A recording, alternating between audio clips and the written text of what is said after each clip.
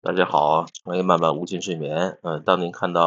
当我制作这个节目的时候啊，这个美国众议院正在投票，投票就是响应川普总统的号召啊，就是对呃爱泼斯坦这个档案是不是这个公布的这么一个，咱川普是支持了180度 U turn 大转弯，然后号召Republican 共和党人一定要支持这个公开。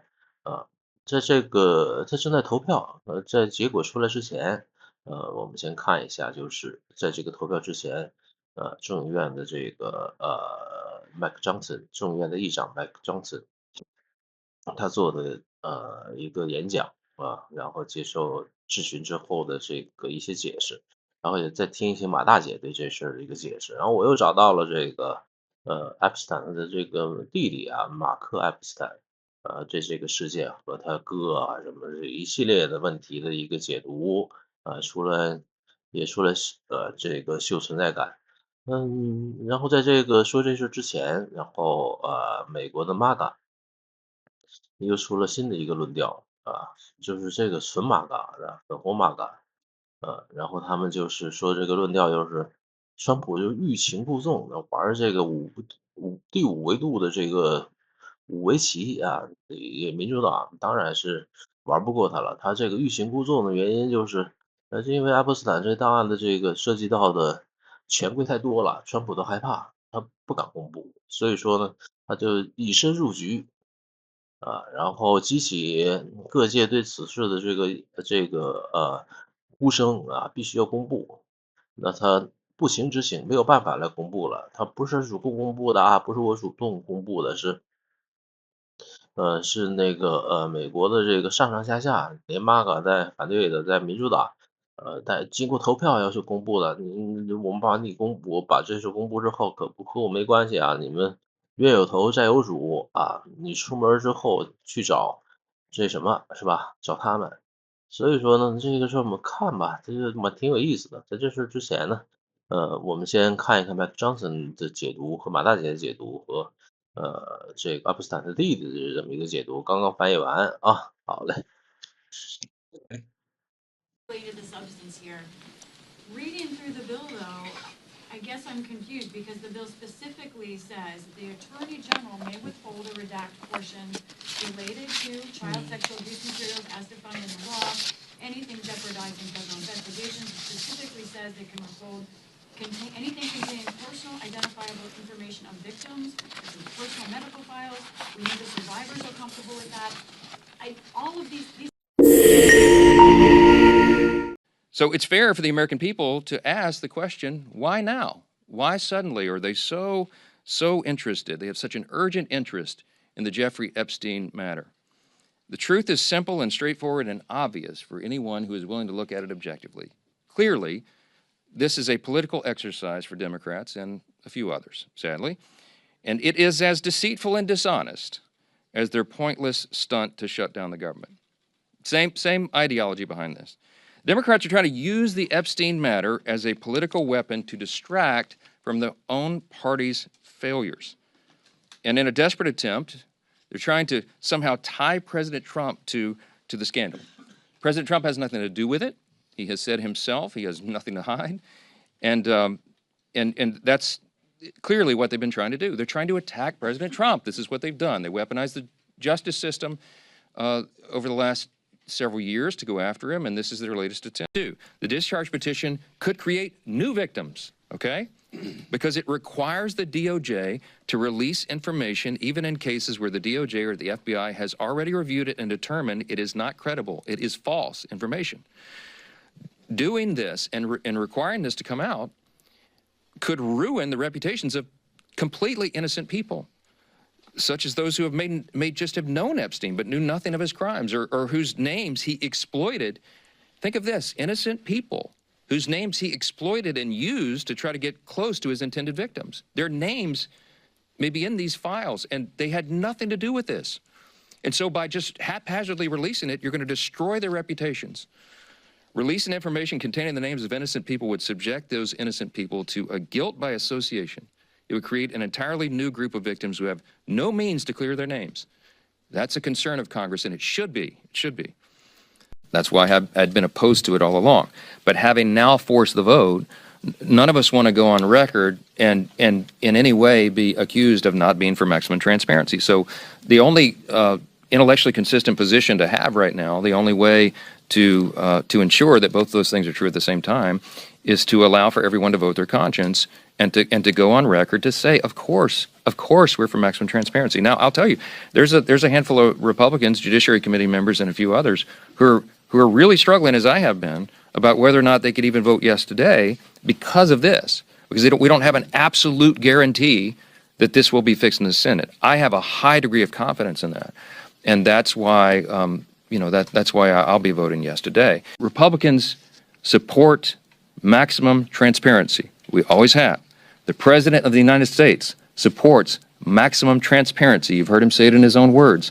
But he has had the same concerns that I've just articulated here, and we've talked about that.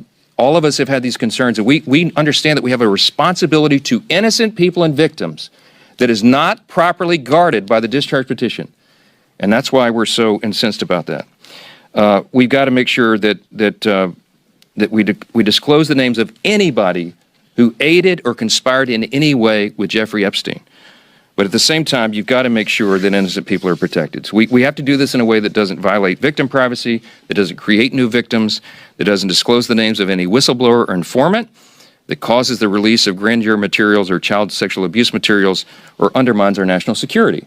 And I think everybody of good conscience and common sense would say, of course you have to do that. But here we are. So the discharge petition got its 218th signature, and it is going to go forward. It is going to pass because it only takes 218.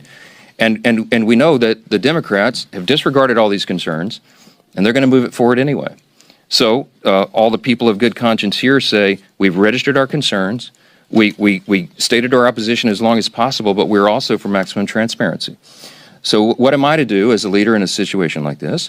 I call my counterpart in the Senate, Leader Thune, and I talked him through this with him and shared our deep concerns. And of course, they share those concerns as well.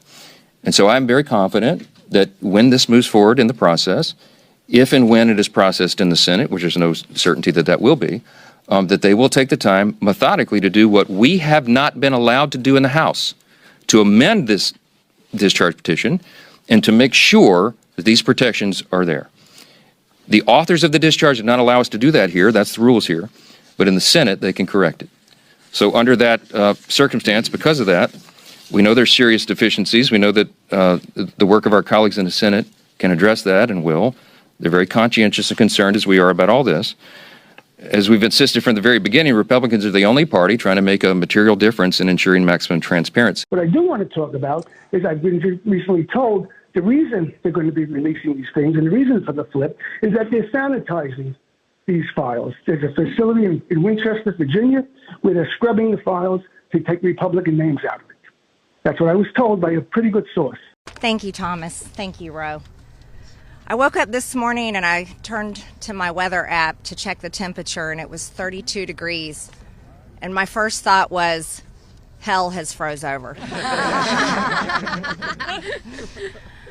I want to speak goodness and love and hope into the women standing behind me and all of the other survivors whose names you don't even know, but stand with these women. They are survivors, and they are strong, and they are courageous, and they are daughters of God. They are not victims. These women have fought the most horrific fight that no woman should have to fight, and they did it by banding together and never giving up. And that's what we did by fighting so hard against the most powerful people in the world, even the President of the United States, in order to make this vote happen today. I was called a traitor by a man that I fought for 6 years for. And I gave him my loyalty for free. I won my first election without his endorsement, beating 8 men in a primary. And I've never owed him anything, but I fought for him for the policies and for America first. And he called me a traitor for standing with these women and refusing to take my name off the discharge petition. Let me tell you what a traitor is. A traitor is an American that serves foreign countries and themselves. A patriot is an American that serves the United States of America and Americans like the women standing behind me. And I want to tell you that this only became possible today because the American people whom we serve as representatives here in Congress demanded that this vote happen, and they put more pressure on every single elected politician in this city than has ever been put on them. And today you are going to see probably a unanimous vote in the House to release the Epstein files, but the real fight will happen after that. While I want to see every single name released so that these women don't have to live in fear and intimidation, which is something I've had a small taste of in just the past few days, just a small taste. They've been living it for years. But the real test will be, will the Department of Justice release the files? Or will it all remain tied up in investigations? Will the CIA release the files? Will a judge in New York release the information? That's information that needs to come out. And will the list of names that these women privately hold, and they hold it because of their fear in their heart of what would happen to them if they release it on their own, will that list of names come out? That's the real test. So I want to thank Thomas Massey and Ro Khanna for your bravery in doing something that is much needed in America, crossing the political aisle that has become bigger than the Grand Canyon in America. But these men crossed that aisle on behalf of these women. And that is more of what is needed today in America than ever in our history. So thank you so much. Who's next? Files. Congresswoman Green, you raised the question of whether or not the Justice Department will actually release these files. Do you take the president at his word when he says he's going to sign this bill, and do you have confidence that these files will actually be released? I only take people's actions seriously, no longer words. And what do you think the president's actions? And I'll tell you, because I wasn't a Johnny-come-lately to the MAGA train. I was day one 2015, and there's a big difference in those Americans and those that decided to support President Trump later on. And I'll tell you right now, this has been one of the most destructive things to MAGA, is watching the man that we supported early on, 3 elections, for people that stood hours, slept in their cars to go to rallies, have fought for truth and transparency, and to hold what we consider a corrupt government accountable. Watching this actually turn into a fight has ripped MAGA apart. And the only thing that will speak to the powerful, courageous women behind me is when action is actually taken to release these files, and the American people won't tolerate any other bullshit. That's where we are today. Thank you.